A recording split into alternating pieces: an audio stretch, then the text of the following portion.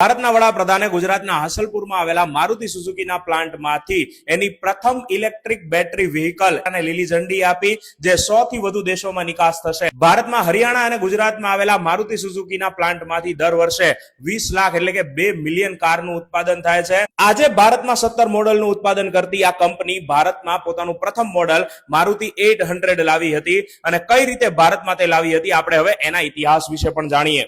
August 1971 Maruti motors limited નામની એક કંપનીને તે વખતની સરકારે એક લેટર ઓફ ઇન્ટેન્ટ જાહેર કર્યો, એટલે કે કારનું ઉત્પાદન કરવાની મંજૂરી આપી. આ કંપનીના એમડી એટલે કે મેનેજિંગ ડાયરેક્ટર હતા સંજય ગાંધી. જુલાઈ 1974 મારુતિને 50,000 કારનું ઉત્પાદન કરવા માટે ઔદ્યોગિક લાયસન્સ આપવામાં આવ્યું હતું, પણ 31 માર્ચ 1976 સુધીમાં ફક્ત 21 કારનું જ ઉત્પાદન થયું હતું. એના બાદ ભારતમાં કટોકટી આવતા આ પ્રોજેક્ટ, જે ભારતની પ્રથમ સ્વદેશી કાર બનાવવા માટેનો હતો, એ અસ્થિર થઈ ગયો અને કોર્ટે પણ આ કંપનીના વિસર્જન માટે આદેશ આપી દીધો હતો.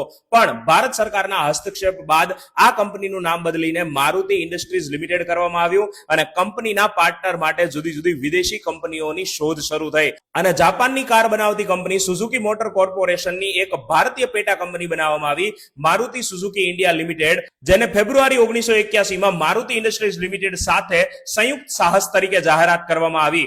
મારુતિએ 1982 હરિયાણાના ગુરુગ્રામમાં એની પહેલી મેન્યુફેક્ચરિંગ એટલે કે ઉત્પાદન સુવિધા ખોલી.